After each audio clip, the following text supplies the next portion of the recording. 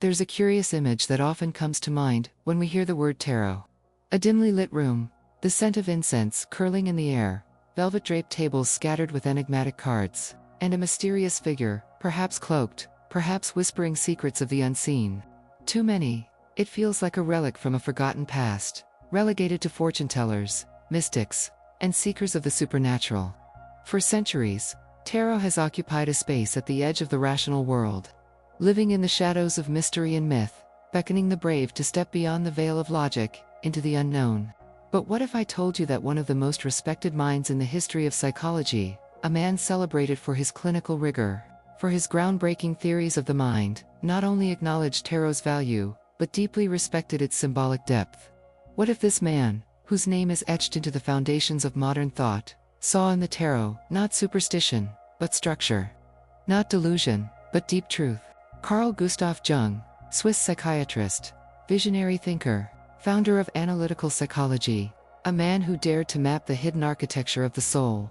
Jung was not a man lost in fantasy or whimsy. He was grounded in science, trained as a physician, and profoundly committed to understanding the mechanisms of the human psyche. And yet, he was also a pioneer who ventured into the unknown territories of myth, alchemy, religion, dreams, and yes, even tarot. His mission wasn't to escape reality, but to explore it more fully, more honestly, more completely. He believed that truth wasn't only found in data or in diagnoses, but also in dreams, symbols, and the ancient stories that echo within us all. So why would someone so rooted in empirical thought turn his gaze to something as esoteric and controversial as tarot cards? Why, among all the tools available to a psychologist, did Jung see value in these colorful, archetypal images, often dismissed as mere parlor tricks? Was it foolishness? A lapse in judgment? Or was it something else entirely? A recognition that these images speak to something older than logic, something deeper than culture? Could it be that tarot cards offer a symbolic language of the unconscious, mirroring the very psychological structures that Jung spent his life trying to understand? These weren't just pictures to Jung, they were gateways, portals into the soul, representations of universal themes: birth, death, transformation, struggle, hope, wisdom, temptation, and rebirth, that every human being, across time and culture, has grappled with in their own inner world. In this video, we won't approach tarot as a tool of fortune-telling or prediction. Instead, we'll peel back the layers of these cards to reveal their psychological significance, to understand why Jung saw in them not trickery, but truth. We'll explore how tarot aligns with his revolutionary ideas, the archetypes, the collective unconscious, the dance between ego and shadow, the process of individuation, and the mysterious phenomenon he called synchronicity. This is not merely a discussion about divination. It is a journey into the symbolic fabric of the human experience. It's about how images can speak where words fail, how symbols can reveal the shape of our inner worlds. It's about the power of metaphor to heal, to integrate, and to illuminate parts of ourselves we didn't even know were hidden. Because the tarot, in Jung's eyes, was not magic, it was myth made visible. It was the language of dreams rendered in ink and paper. It was the mirror that doesn't show our face, but our soul. So, if you've ever wondered how ancient images could possibly hold relevance in a world of algorithms, brain scans, and psychological models, if you've ever felt that truth is more than just what can be measured, then this journey is for you. Because where science ends, symbol begins, and where the rational mind falters, the mythic mind awakens. So let us begin, not with answers, but with questions. Not with certainty, but with curiosity. As we step into the realm where psychology meets mysticism, where the soul speaks in symbols, and where the tarot, far from being a relic of superstition, becomes a map of the self, of the psyche, and of the eternal dance between who we are and who we might yet become. Section 1. Jung's psychological landscape. To understand Jung's fascination with tarot, we must first step into the intricate labyrinth of his mind, a place where psychology meets mythology, where science dances with spirituality, and where the symbols of ancient times are still alive, whispering truths to those who know how to listen. Carl Gustav Jung wasn't your typical psychiatrist. He wasn't content with dissecting the mind through the cold lens of reductionism, where Freud interpreted the psyche as a battlefield of repressed desires and primal instincts. Jung wandered further into the hidden valleys of myth, the dense forests of dreams, and the sacred mountains of spiritual longing. For him, The human psyche was not a cage of suppressed urges, but a vast cosmos waiting to be explored. He believed the conscious mind, the ego, the I we identify with, was merely the tip of an iceberg. Beneath it stretched the personal unconscious, a reservoir of forgotten memories, emotions, and experiences. But even deeper than that, Jung proposed the existence of a mysterious and profound layer, the collective unconscious. This was not something we acquired through experience. It was something we were born with, a kind of psychic inheritance, passed down through generations, encoded not in genes, but in symbols and stories, like ancient software running silently in the background of every human soul. In this collective unconscious, Jung discovered what he called archetypes, primordial images, timeless motifs, that echoed across cultures and centuries. These were not invented by human beings. They emerged from the very fabric of the psyche. The nurturing mother, the courageous hero, the elusive shadow, the cunning trickster. These figures are older than history, and yet as fresh as today's dreams. Whether you look at the legends of Greece, the scriptures of India, the oral tales of African tribes, or the dreams of a modern individual, the same archetypal patterns emerge. They are the invisible threads that weave together the story of humanity. When Jung immersed himself in comparative mythology and ancient religion, he wasn't just collecting curiosities. He believed these myths and symbols were reflections of the deep structure of the psyche itself, projections from within, not fantasies from without. Myths weren't lies. They were psychic maps, showing us the terrain of our own inner world. So, when Jung encountered the tarot, with its vivid imagery and mysterious figures, he did not dismiss it as mere superstition or fortune-telling trickery. No, he saw something else entirely. He saw a symbolic system, a visual language of the unconscious, each card a doorway, each image a mirror. The tarot to Jung was a sacred manuscript written in archetypes, and that fascinated him. Not because it offered answers, but because it asked the right questions. Section 2. Tarot is a projective tool.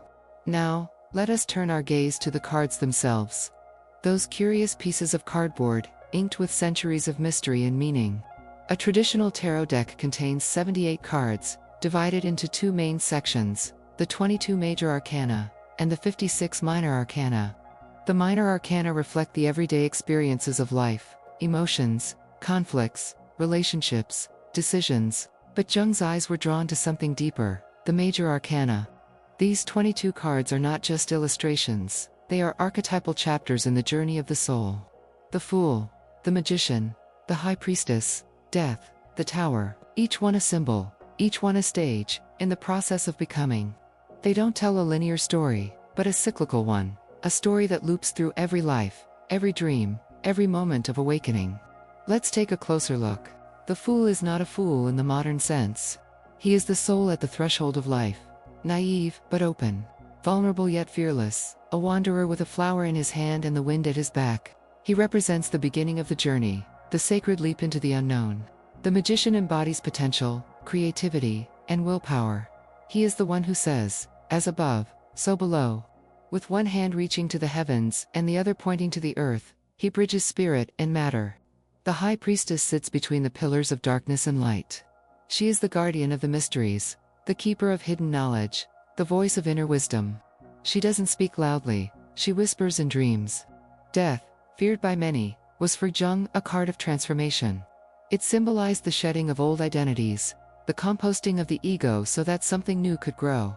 Not an end, but a passage. The Tower, dramatic, chaotic, terrifying, a bolt of lightning, a crown falling, people tumbling, but this too is necessary.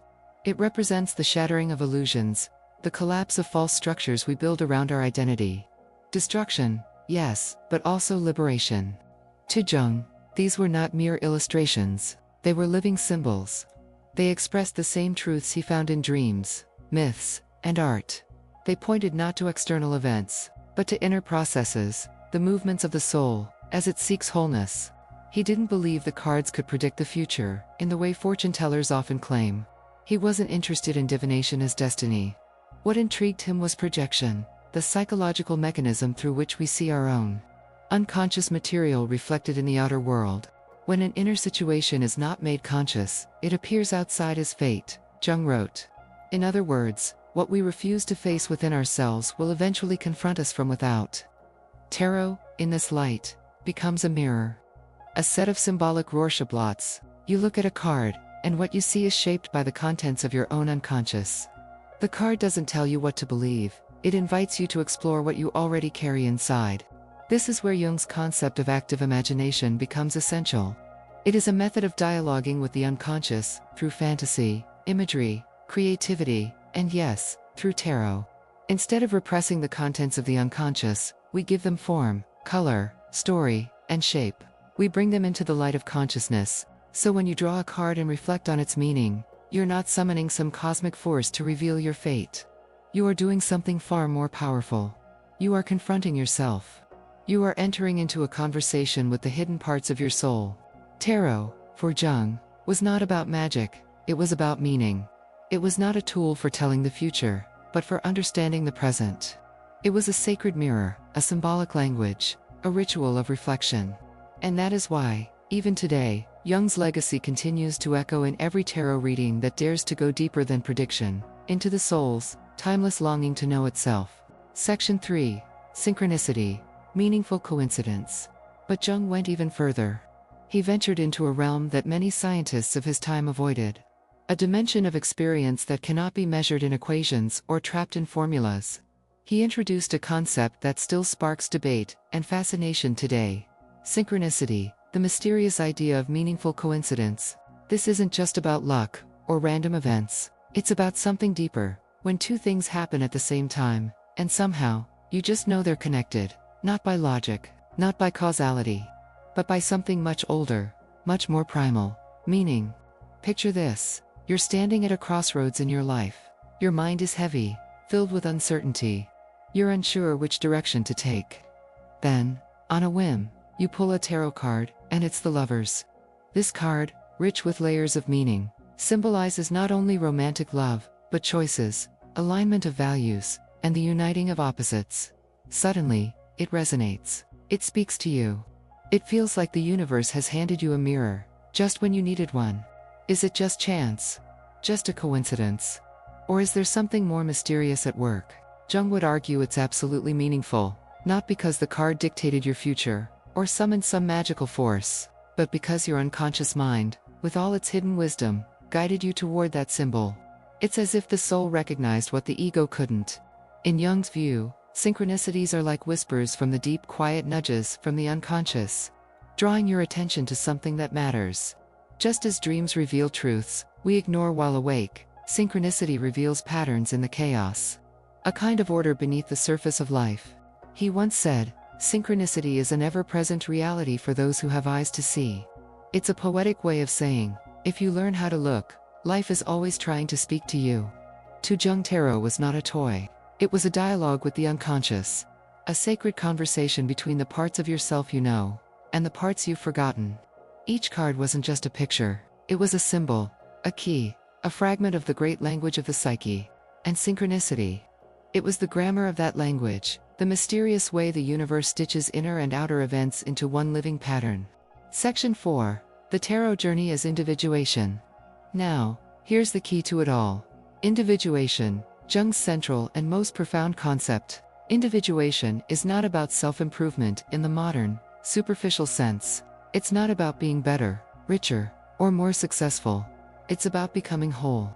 It's the lifelong journey of integrating every part of yourself, the parts you love, the parts you fear, the parts you've buried. It's the work of becoming fully, authentically you. Jung saw individuation as a sacred task. The ego, the conscious self, must descend into the depths of the unconscious, confront the shadow, embrace the anima or animus, and ultimately discover the self, the divine center of the psyche. And here's where it gets even more fascinating. Because the major arcana of the tarot, those 22 iconic cards, mirror this inner journey with uncanny precision. The Fool begins the journey. He's carefree, unshaped, innocent, but also full of potential. He walks off a cliff, not out of recklessness, but because he trusts the journey will teach him what he needs to know. As he moves through each card, the Magician, the High Priestess, the Hermit, Death, the Tower, he undergoes trials, transformations, awakenings. These aren't just random archetypes, they're stages of the soul's evolution.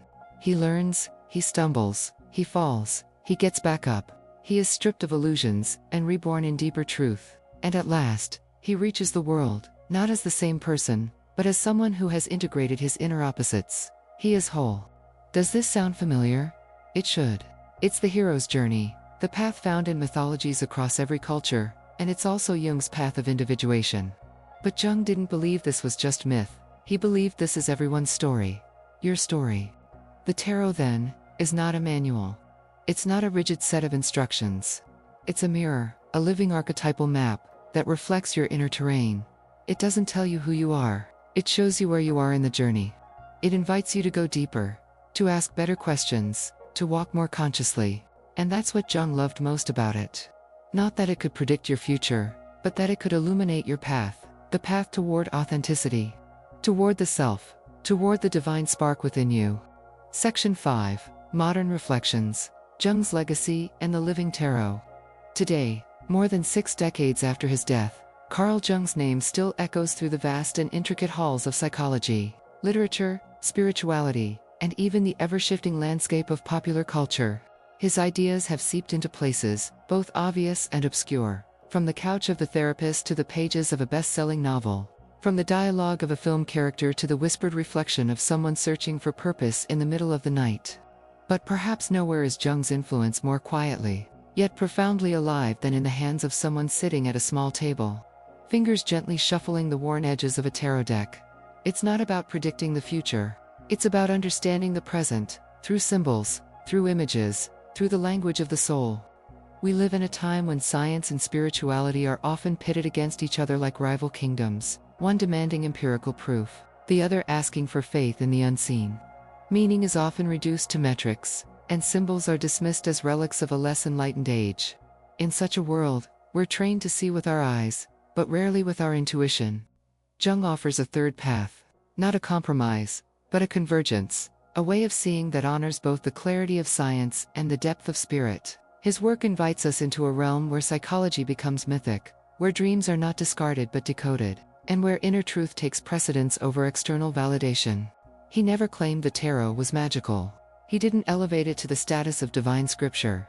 But he also didn't wave it away as nonsense. Jung saw what so many others missed, that tarot, like dreams, myths, and art, is a symbolic mirror. It reflects the psyche back to itself in a language older than words. To Jung, symbols were alive. They were not just decorations of the mind, but doors into it. And tarot, with its archetypes and mysteries, offered a map, not of the stars, but of the soul. This is why, in the 21st century, tarot has experienced an unexpected but powerful renaissance. No longer just the domain of fortune tellers or mystics. It's quietly becoming a tool for psychological insight, emotional healing, and spiritual awakening. It's less about telling the future, and more about understanding the present, deeply, honestly, symbolically. Modern Jungian analysts and therapists are rediscovering tarot not as dogma, but as dialogue.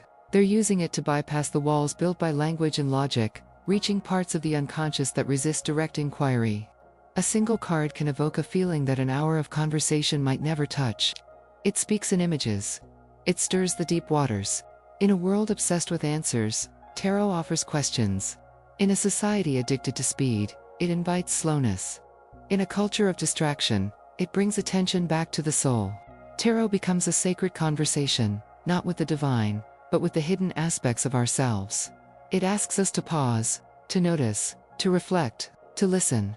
It's a practice that whispers instead of shouts, inviting us to hear the stories our unconscious is longing to tell through symbols, patterns, and archetypes. And truly, isn't that what Jung was always asking of us? To stop running, to stop avoiding, to turn inward, to listen not just with the ears, but with the heart, to look not just outward into the world, but inward into the unknown territories of our own being, to reclaim, to gather the forgotten fragments of our psyche that we've buried beneath busyness, fear, and the expectations of others. Because it's in those hidden places, the symbolic, the irrational, the intuitive, where we find not only who we are, but who we are becoming. Section SIX Conclusion. Symbols that speak. So, why was Carl Jung a man of science? A psychologist trained in the rigor of observation and analysis, so fascinated by something as esoteric as the tarot? Because he understood something many of us have forgotten in our modern chase for certainty. That symbols are not just passive decorations of the mind, they are active forces within it. He knew that the unconscious doesn't speak in numbers or formulas. It speaks in images, in metaphors, in symbols that bypass the rational mind and go straight to the soul. Jung recognized that healing, true, deep, transformative healing isn't just about solving problems. It's about embracing paradoxes. It's about stepping into a story that feels bigger than ourselves. It's about letting go of control and allowing meaning to emerge from the unknown. In The Fool's Journey, the sequence of the Tarot's major arcana, Jung saw a perfect metaphor for individuation. The lifelong path of becoming whole. The Fool isn't just a card, it's us, each of us, setting out on a journey without knowing where it will lead, guided only by a sense of wonder and a willingness to grow. In the archetypes of the tarot cards, the Magician, the High Priestess, the Hermit, the Tower, he saw the inner dramas of the human condition. Moments of power, moments of loss, moments of awakening. Each card is a mirror, reflecting not who we pretend to be, but who we are underneath the masks. And in the act of reading tarot, Jung saw something revolutionary, not a glimpse into the future, but a gateway into the unconscious. A way to touch the numinous, a ritual of reconnection. We live in an age overflowing with data but starving for depth. We know more than ever, but understand less. We are constantly connected, yet deeply lonely. Jung reminds us that the answers we seek are not found in endless information, but in meaningful introspection. Meaning doesn't float on the surface. It lives in the depths, in the murky waters of dreams, in the ancient language of myth, in the subtle resonance of symbols that speak to something primal and eternal within us. And perhaps, if we're brave enough to enter that symbolic space, if we can sit with the discomfort of the unknown and let our intuition speak, then the tarot, like a trusted guide or a faithful mirror, can show us not who we're supposed to be, but who we already are beneath the noise. Because, as Jung once wrote, with piercing clarity, your vision will become clear only when you can look into your own heart. Who looks outside, dreams. Who looks inside, awakes. So maybe that's the real magic of tarot. Not that it sees the future, but that it helps us see ourselves. Thank you for watching and sharing this journey into the profound world of Carl Jung and the mysterious beauty of the tarot. If something stirred within you, a curiosity, a memory, a question you hadn't asked before, let it live, let it grow. Symbols have a way of lingering, long after the words are gone. Consider subscribing, not just to this channel, but to your own journey. Share your reflections in the comments. Have symbols ever spoken to you? Have you ever experienced a moment of synchronicity so precise it felt like the universe was whispering in your ear? Let's keep this conversation alive, because the psyche does not end where science begins, nor where spirituality fades. It lives in the overlap, in the sacred middle, in the tension between opposites, and so do we.